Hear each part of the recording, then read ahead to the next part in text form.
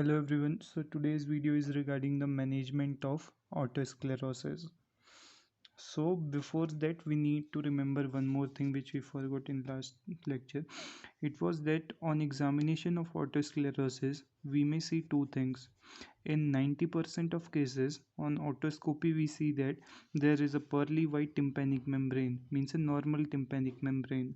This is because the autosclerosis area, means the area with that spongy immature bone, is already mature, whereas in 10% of cases all the vascularization in the area of autosclerosis, means the foot plate, is still going on. So when we do otoscopy we see a flamingo pink appearance of our tympanic membrane, as you are seeing in this diagram, and this is what is known as Swart sign.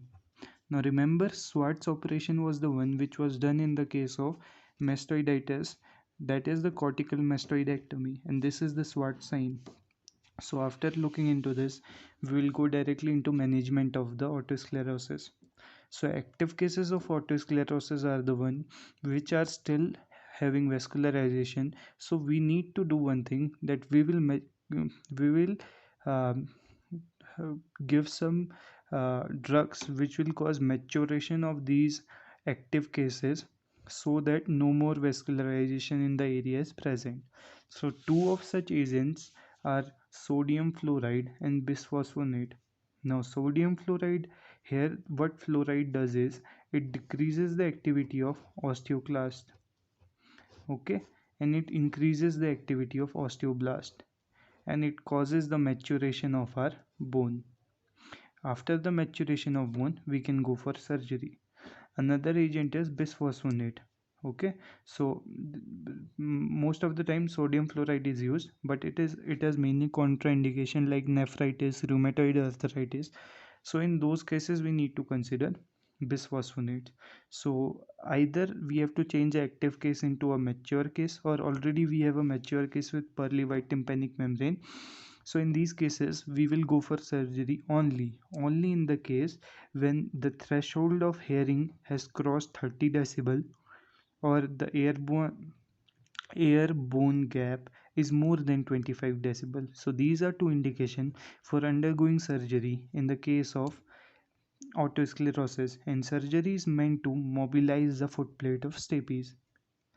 Now one more thing we need to remember is that we always do a surgery first in the worst air, okay, so that if that worst air is no more functioning, still we have one more air. And other thing is, after we have operated the worst air, we don't know if complication can lead to a complete dead air after operation, so we wait for one air until we operate the next air. Okay, so this was regarding the surgery. Now the surgery that we do is stapedectomy or stepedotomy. So in stapedectomy we completely remove the stapes along with the foot plate. So here we'll try to understand it. So this is a schematic diagram showing the cavity of middle ear.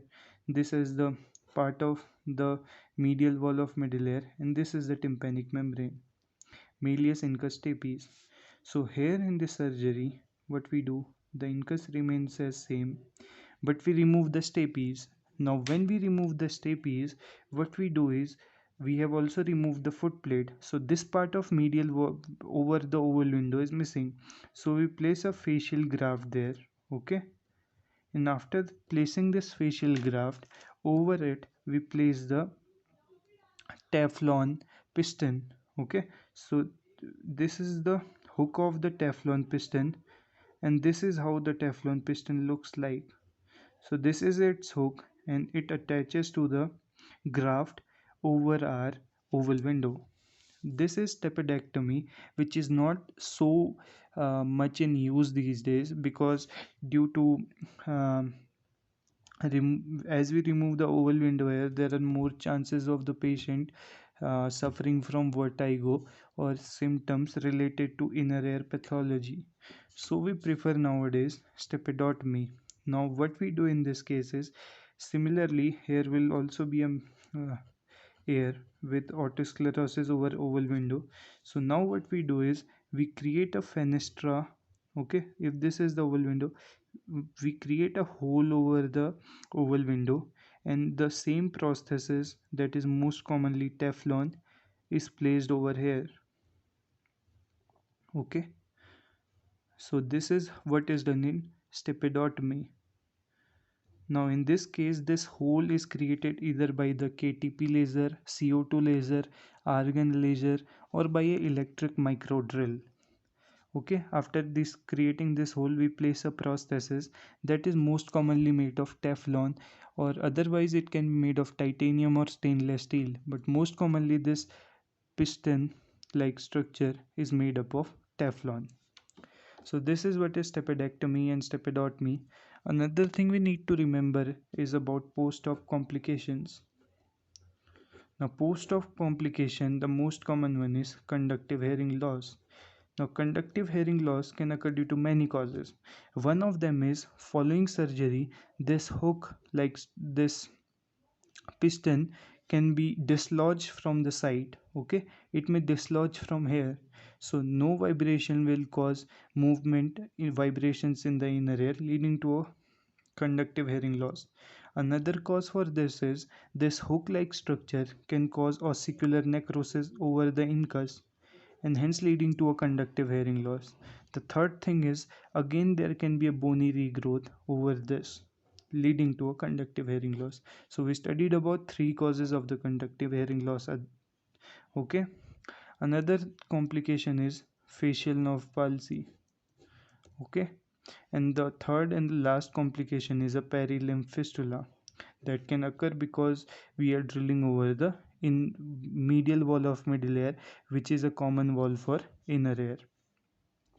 Now contraindications for surgery is if the person has only one ear, okay, that is functioning. In this case we cannot compromise with surgery because we don't know the how the patient will respond to the surgical procedure. So in these cases where person has only one hearing ear, we prefer using a hearing aid as much as possible. Okay, other thing is that in the cases the patient has a severe sensory neural hearing loss along with the conductive hearing loss because of cochlear otosclerosis, we prefer using cochlear implantation. These are expensive, but in the case there is no other option, we have to go for it if patient can afford it. So this is what we needed to know about management of otosclerosis. Thanks for watching.